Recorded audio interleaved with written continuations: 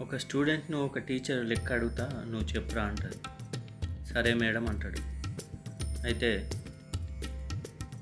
అరే బాబు, నీకు ఒక షేప్ ఇచ్చిన, ఇంకో షేప్ ఇచ్చిన, ఇంకో షేప్ ఇచ్చిన, ఇప్పుడు నీ దగ్గర ఎన్ని ఉంటాయిరా అని అంటే వాడు 4 ఉంటాయి అంటాడు.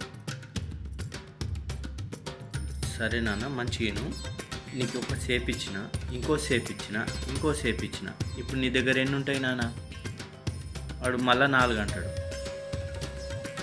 అట్లా కాదు నాన్న, నువ్వు కొంచెం మంచిగా కేర్ఫుల్గా నీకు ఒక షేప్ ఇచ్చిన, ఇంకో షేప్ ఇచ్చిన, ఇంకో షేప్ ఇచ్చిన, ఇప్పుడు ఎన్ని ఉంటాయిరా? మళ్ళా 4 అంటాడు.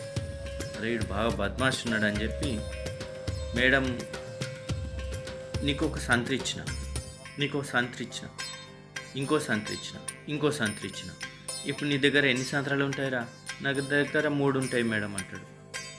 అది ఇదేంటి వీడు బద్మాష్తనము, అప్పుడేమో తప్పు చెప్పిండు, ఇప్పుడేమో కరెక్ట్ చెప్తుండు. ఇప్పుడు మంచిగా విన్నానా, ఇప్పుడు కరెక్ట్ చెప్తున్నాను. ఒక షేప్ ఇచ్చిన, ఇంకో షేప్ ఇచ్చిన, ఇంకో షేప్ ఇచ్చిన, ఇప్పుడు నీ దగ్గర ఎన్ని షేపులు ఉంటాయి నాన్న అంటే ఆడంటాడు 4 ఉంటాయి మేడం అంటాడు. మేడంకు బాగా కోపం వస్తుంది. వీడేంది నాకు కావాలని ఇట్లా చెప్తుండా ఏంది అని చెప్పి ఆలోచిస్తుంది. ఇన్లేదో లాజిక్ ఉంది, అసలు సంగతి ఏంది అని.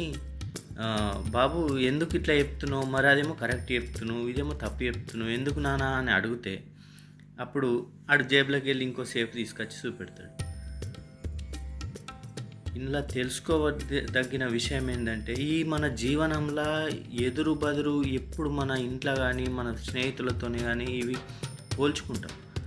ఎదుటి వాళ్ళను అర్థం చేసుకునే కేపబిలిటీ ఎంత ఉన్నప్పటికీ కూడా ఒక్కొక్క పరి మనం సహనం కోల్పోతాం.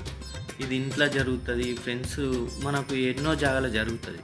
అందుకోసమే ఎదుటి వాళ్ళతోని ఏం సంభాషిస్తున్నాము, ఏం మాట్లాడుతున్నాము, అసలు అది కరెక్టా కాదా అని మంచిగా ఆలోచించి మాట్లాడితే అన్నిటికీ సమాధానం దొరుకుతుంది.